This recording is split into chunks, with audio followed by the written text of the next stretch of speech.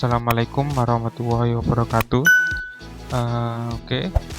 Video kali ini kita akan belajar bersama subbab 2.1 dari bab 2 tentang poba acak dan distribusi peluang. Nah, di sini kita akan belajar tentang pengertian poba acak. Materi ini diambil dari buku Walpole ya, Ilmu Peluang dan Statistika untuk Insinyur dan Ilmuwan. Oke, langsung saja ya. Nah, pada bidang statistika itu berurusan dengan penarikan inferensi tentang populasi dan sifat populasi yang jelas ya. Nah, percobaan dilakukan memberi hasil yang berkemungkinan atau kemungkinan yang ada. Nah, pengujian ini ada contoh, pengujian sejumlah suku cadang elektronik merupakan suatu contoh percobaan statistika. Nah, suatu istilahnya yang memberikan setiap proses yang menghasilkan pengamatan yang berkemungkinan. Jadi hasil pengamatan ini menghasilkan beberapa kemungkinan itu ya. Nah, sering sekali amat penting kita mengaitkan suatu bilangan sebagai pemberian hasil tersebut. Jadi hasil yang dari pengamatan itu disimpulkan dengan sebuah bilangan. Sebagai contoh, ruang sampel yang memberikan secara rinci setiap kemungkinan hasil bila 3 suku cadang elektronik diujikan dapat tulis. Nah ini, jadi 3 suku cadang dibuat ruang sampelnya ini ya kemungkinannya. Ini artinya di sini B itu menyatakan baik, C itu cacat. Berarti dari 3 suku cadang, kemungkinan yang pertama baik semua, kemungkinan yang kedua suku cadang yang pertama baik, suku cadang yang kedua baik, dan suku cadang yang ketiga cacat, dan seterusnya ini ya, bisa kalian maknai sendiri. Nah, selanjutnya tentunya kita ingin mengetahui berapa banyak cacat yang terjadi. Nah, untuk di sini kita menggunakan peluang ya. Nah, kan untuk menggunakan peluang sendiri kita tidak bisa langsung menggunakan dari data ini yang mentah ini, harus dirubah dulu. Nah, jadi setiap titik di ruang sampel ini dikaitkan dengan suatu bilangan, jadi disimpulkan dengan suatu bilangan. Bilangannya apa saja? Ini 0, 1, 2, atau 3 untuk kasus yang ini ya. Nah, bilangan ini tentunya besaran acak yang ditentukan oleh hasil percobaan. Nah, bilangan ini dapat dipandang sebagai nilai yang dicapai oleh poba acak X besar ini ya. Jadi poba acak X besar. Banyaknya barang cacat bila 3 suku cadang elektronik diuji. Ini sebelum lanjut ke pembahasannya, ini ada definisinya, definisi 2.1. Nah, poba acak ialah suatu fungsi yang mengaitkan suatu bilangan real pada setiap unsur dalam ruang sampel. Itu ya, jadi ruang sampelnya dikaitkan dengan bilangan real. Itu real. Nah, poba acak akan dinyatakan dengan huruf besar. Ini simbolnya dengan X besar. Sedangkan nilainya dengan huruf kecil. Jadi misalkan ada poba acak Y kan berarti tulisannya Y besar, maka nilainya ditulis dengan Y kecil. Itu aturannya. Nah, dalam contoh suku cadang elektronik tadi yang sebelumnya dibahas ini ya, sebelum definisi, poba acak X mendapatkan nilai 2 untuk semua unsur pada himpunan bagiannya. Nah, maksud 2 ini dari mana? Jadi di sini kita kembali ke soal yang ini ya, contoh soalnya. Di sini ada kata, tentunya kita ingin mengetahui berapa banyak cacat yang akan terjadi. Nah, itu ya. Karena di sini yang ditanyakan cacat dan pada ruang sampel dikaitkan dengan bilangan real. Nah, di sini kan berarti kemungkinannya nilainya totalnya adalah 0, 1, 2, dan 3. Dan untuk mengetahui total nilai tersebut, kita misalkan untuk cacat ini nilainya adalah 1. Dan untuk baik nilainya adalah 0, karena di sini ingin mengetahui yang cacat. Maka dari itu ini di sini yang pertama ya, di ruang sampel yang T ini ada 3 kan, B, B, B. Nah, nanti kita ubah dulu menjadi sebuah nilai. Nah, karena cacat itu nilainya 1 dan baik nilainya 0, maka di sini baik berarti bernilai 0, ini juga bernilai 0, ini juga bernilai 0, dan ketiganya dijumlahkan. 0 tambah 0 tambah 0 berarti nilainya adalah 1. Yang berikutnya berarti di sini adalah 0, 0 dan 1. Berarti ketika dijumlahkan nilainya adalah 1, dan ini berarti 0, 1, 0. Totalnya adalah 1. Yang berikutnya di sini 1, ini 0, 0 dijumlahkan nilainya adalah 1 juga. Dan di sini ini berarti kan 0, ini 1, ini 1. Ini 1, ini 0, ini 1, ini 1, 1, 0, ini 1, 1, 1. Berarti yang ini totalnya adalah 2, ini totalnya 2, ini totalnya 2, dan ini totalnya 3. Berarti ketika ditanya yang totalnya 2, berarti yang diambil adalah 3 ini saja ya. Tadi kan diminta 2 ya. Berarti BCCC, CBC, dan terakhir CCB. Ini untuk himpunan bagian yang pembacaannya bernilai 2. Ini ya, yang pembacanya nilai 2 dari ruang sampel D. Jadi kemungkinan nilai X, karena X besar berarti pembaca ya, menggambarkan suatu kejadian yang merupakan ruang bagian dari ruang sampel tersebut. Jadi ini himpunan bagian dari ruang sampel yang utama T ini ya. Lanjut ya, contoh 2 bola diambil satu demi satu tanpa dikembalikan dari suatu kantong berisi 4 bola merah dan 3 bola hitam.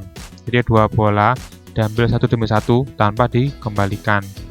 Nah, bila Y menyatakan jumlah bola merah yang diambil, maka nilai Y yang kecil-kecil ini yang mungkin dari pembaca Y adalah, nah sini kata kuncinya ya, Y menyatakan jumlah bola merah.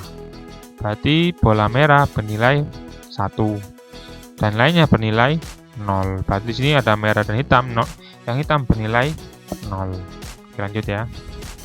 Nah, di sini berarti tadi kan mintanya merah ya, makanya di sini totalnya adalah 2 karena ini merah tadi kan 1, berarti ditambah 1. Berarti yang kedua merah nilainya 1, hitam nilainya adalah 0, totalnya adalah 1. Ini juga berarti 0 ditambah 1, ini 0 ditambah 0. Nah ini 1, 2, 1, 1, dan 0. Mudah ya. Yang berikutnya contoh 2.2. Seorang petani, Pak Ali, Pak Badu, dan Cokro menitipkan pecinya di pagi hari pada seorang anak. Setiap sore harinya, si anak mengembalikan peci tersebut secara acak pada ketiga petani.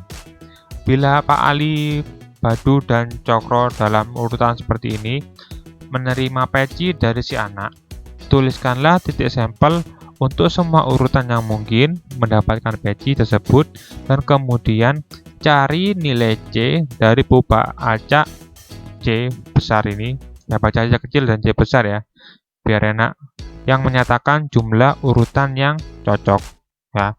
Berarti ini urutannya harus Ali, Badu, dan Cokro. Di sini dimisalkan A untuk Ali, B Badu, dan C untuk Cokro. Untuk ini ya. Maka susunan pengembalian peci yang mungkin dari yang cocok ini atau padanan yang cocok adalah, nah di sini 3 karena sesuai dengan urutan ya, A, B, C. Ini saya tulis di sini berarti cocok sini ya, 1 plus 1 plus 1 ya, karena A itu berarti urutan pertama, ini urutan pertama, B B urutan kedua, dan C urutan ketiga. Berarti di sini A urutan pertama, betul ya. Sedangkan C dan B itu salah urutan, berarti nilainya adalah 0 dan B bernilai 0.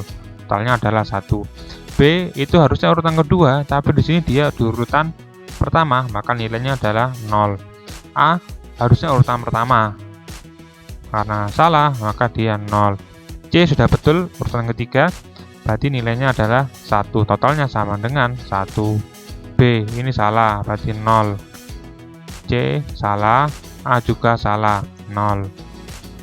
Ini salah ya, salah dan salah. Ini kan salah ya, salah posisi semua. Sedangkan yang terakhir di sini C kan salah, B benar posisinya, berarti bernilai 1, dan A salah bernilai 0. Nah, ini jika dijumlahkan didapatkan nilai dari boba acak C. C besar itu ya. Semoga paham ya. Lanjut, dalam kedua contoh di atas, ruang sampel mengandung jumlah anggota yang berhingga. Akan tetapi, bila satu dadu, ini ada kasus lain, dilantunkan sampai angka 5 muncul, maka diperoleh ruang sampel sederet dengan deretan anggota yang tak berhingga. Karena dia ingin mendapatkan angka 5, gitu ya. Nah, di sini L menyatakan munculnya 5 dan B bukan 5 yang muncul. Nah, maksudnya di sini gini. Misalkan pelemaran pertama tepat dapat 5, maka ditulis L ya. Nah, kan ada kasus kemungkinan pertama bukan dapat 5, berarti misalkan dia lem pertama bukan 5, berarti bukan. Lemparan kedua dapat 5, berarti sudah berhenti, gitu ya. Yang berikutnya juga sama, misalkan kedua tidak dapat, berarti dia yang lempar lagi, berarti 3 kali ya. Ternyata dapat 5, tulis L, dan seterusnya. Bisa kan, berarti kemungkinannya L-nya bisa di perambahan ke-5, baru dapat 6, 7, dan seterusnya. Maksud artinya dia berhenti dilemparkan sampai dapat 5, gitu ya. Jadi di sini ada banyak kemungkinan sehingga tak berhingga. Nah, tetapi dalam percobaan ini pun banyak unsur dapat disamakan dengan seluruh bilangan bulat, sehingga terdapat unsur pertama, kedua, ketiga, dan seterusnya. Ini maksudnya unsur pertama, kedua, ketiga, dan seterusnya. Jadi dapat dicacahkan tetap. Nah, jika suatu ruang sampel mengandung titik yang berhingga banyaknya atau sederet anggota yang banyaknya sebanyak bilangan bulat, maka ruang sampel ini disebut ruang sampel diskrit.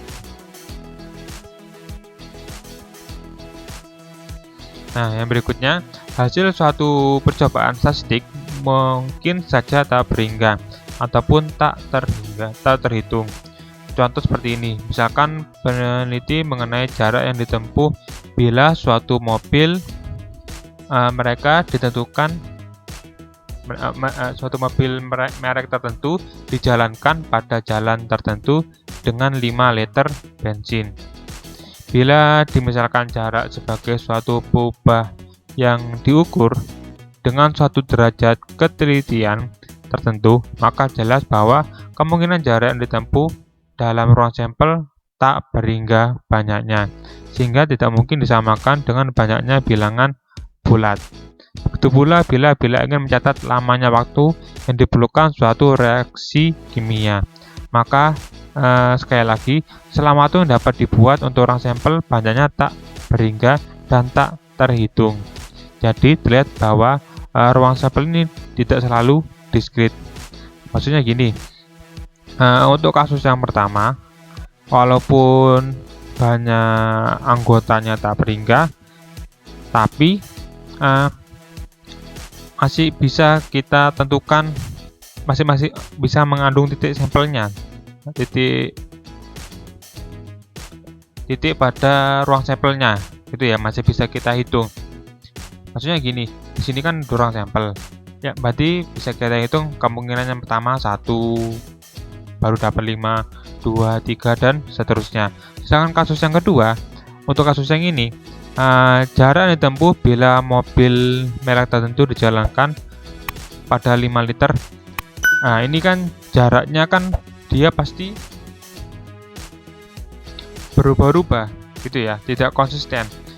Bisa saja 5 liter ditempuh jarak tertentu, misalkan anggap aja 5 kilo lah. Yang kedua bisa saja bisa lebih banyak, bisa lebih jauh, atau juga lebih pendek, tergantung apa. Mungkin cara menyetirnya itu yang pertama. Bisa juga, atau mungkin di jalan juga kena macet, atau pengaruh juga di ban, akhirnya tidak pasti untuk perhitungannya. Nah, sedangkan yang pertama tadi untuk yang 5 kan pasti. Ada kemungkinan pertama, kedua, dan 3. Sedangkan ini itu tidak pasti perhitungannya. Itu. Begitu juga untuk yang reaksi kimia. Nah, pada reaksi kimia ini kan tidak pasti juga. Misalkan suatu percobaan itu bisa anggap aja yang pertama 1 menit, orang kedua nyoba bisa dapat 3 menit atau dan sebagainya, tergantung orang tersebut ya yang menguji coba ya, melakukan uji cobanya itu. Jadi untuk kasus ini dia tidak pasti. Nah, ini dinamakan ruang sampel kontinu. Ini definisinya ya. Bila ruang sampel mengandung titik sampel yang tak berhingga banyaknya dan banyaknya sebanyak titik pada sepotong garis, maka ruang sampel ini disebut ruang sampel kontinu. Itu jelas ya. Jadi di sini yang pertama titik sampelnya masih bisa kita hitung manual 1, 2, dan seterusnya. Walaupun banyaknya tak berhingga. Sedangkan yang kasus yang kedua, titik sampelnya yang tak berhingga gitu ya, sama aja dengan sepotong garis, titik pada sepotong garis, banyak berarti ya. Di sini berarti untuk yang saya ambil tadi, yang contoh di sini jika 5 liter, berarti kan banyak kemungkinannya di situ, tidak hanya satu saja itu. Oke, semoga jelas ya perbedaan ruang sampel untuk yang kontinu dan diskrit. Nah, lanjut ya.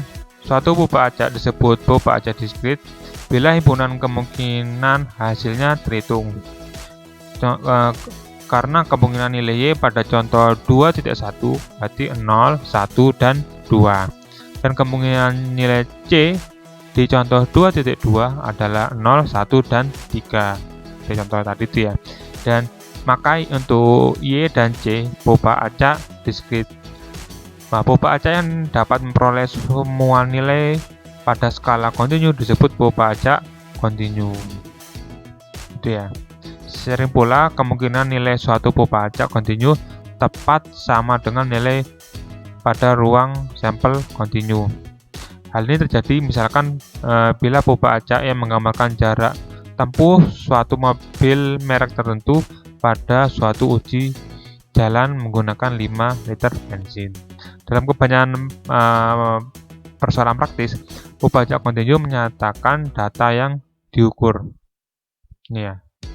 Seperti seluruh kemungkinan tinggi, berat, temperatur, jarak, dan atau jangka hidup.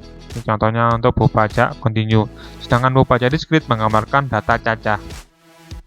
Seperti banyak barang yang cacat dalam sampel sebesar K barang, atau banyak korban jiwa yang meninggal dalam suatu jalan raya perhitungan. Maka boba acak Y besar dan C besar pada contoh 2.1 dan 2 menyatakan data cacah, di mana Y-nya menyatakan banyak bola merah dan C itu menyatakan topi yang cocok diberikan oleh anak pada Pak Ali, Badu, dan Cokro. Itu jelas ya. Jadi untuk boba acak kontinu itu lebih ke tinggi, berat, temperatur, jarak. Jadi itu berupa rentang tertentu.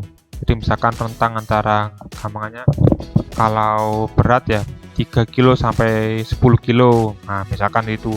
Jadi dia kontinu. Ada rentangnya. Sedangkan diskrit itu pasti penilaiannya 0, 1, 2, dan 3 dan seterusnya. Begitu. Ya. Cukup sekian, semoga jelas ya. Jika ada pertanyaan silakan ditanyakan. Semoga bermanfaat. Saya akhiri. Assalamualaikum warahmatullahi wabarakatuh.